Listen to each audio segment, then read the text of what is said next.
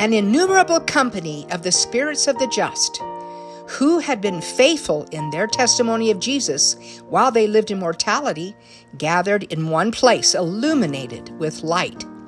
They were filled with joy and gladness, awaiting the advent of the Son of God into the spirit world to declare their redemption from the bands of death. But unto the wicked he did not go, neither did the rebellious, who rejected the testimonies of the prophets, behold his presence, nor look upon his face. Where these were, darkness reigned, but among the righteous there was peace. Their countenances shone, and the radiance from the presence of the Lord rested upon them, and they sang praises unto his holy name. And I wondered at the words of Peter, and how it was possible for him to preach to those spirits and perform the necessary labor among them in so short of a time. My mind saw that from among the righteous, he organized his forces and appointed messengers to carry the light of the gospel to them that were in darkness, even to all the spirits of men. And thus was the gospel preached to the dead. Among the great and mighty ones assembled were Father Adam, the Ancient of Days, and our glorious Mother Eve, with many of her faithful daughters who had lived through the ages and worshipped the true and living God. Abel, Seth, Noah, Shem, Abraham, Isaac, and Jacob. Also Moses and Isaiah, who prophesied that the Redeemer would proclaim liberty to the captives and the opening of the prison to them that were bound. Ezekiel testifying of the resurrection, and Daniel, who foretold of God's kingdom in the latter days.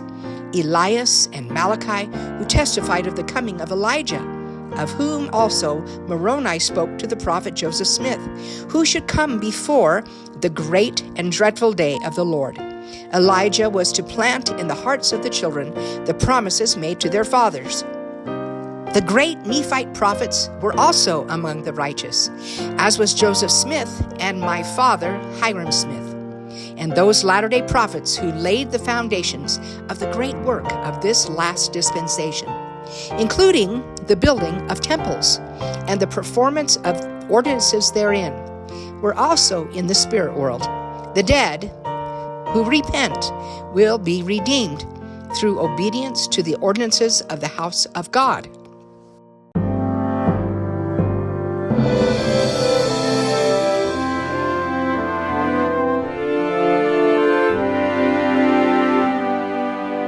We shall gather Israel in God's way. As the Lord's battalion in these latter days.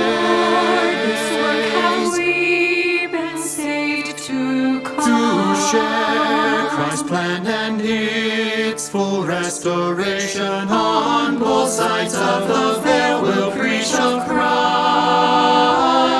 and offer ordinances of great price. Elijah brought back keys of greatest worth, with power to seal in heaven what's done on earth.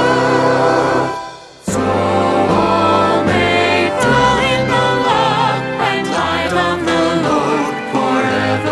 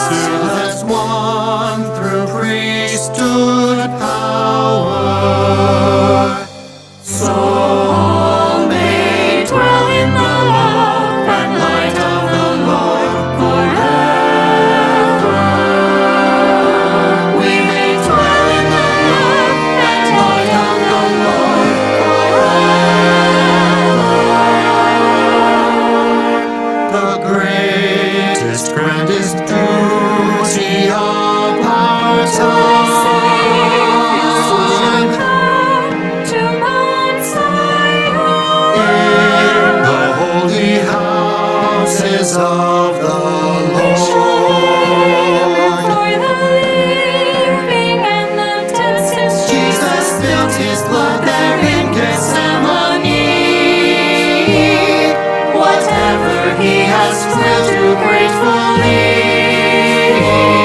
Christ spilled his blood there in Gethsemane. Whatever he has will to gratefully. Elijah brought back keys of greatest worth, with power to seal in heaven's done on earth.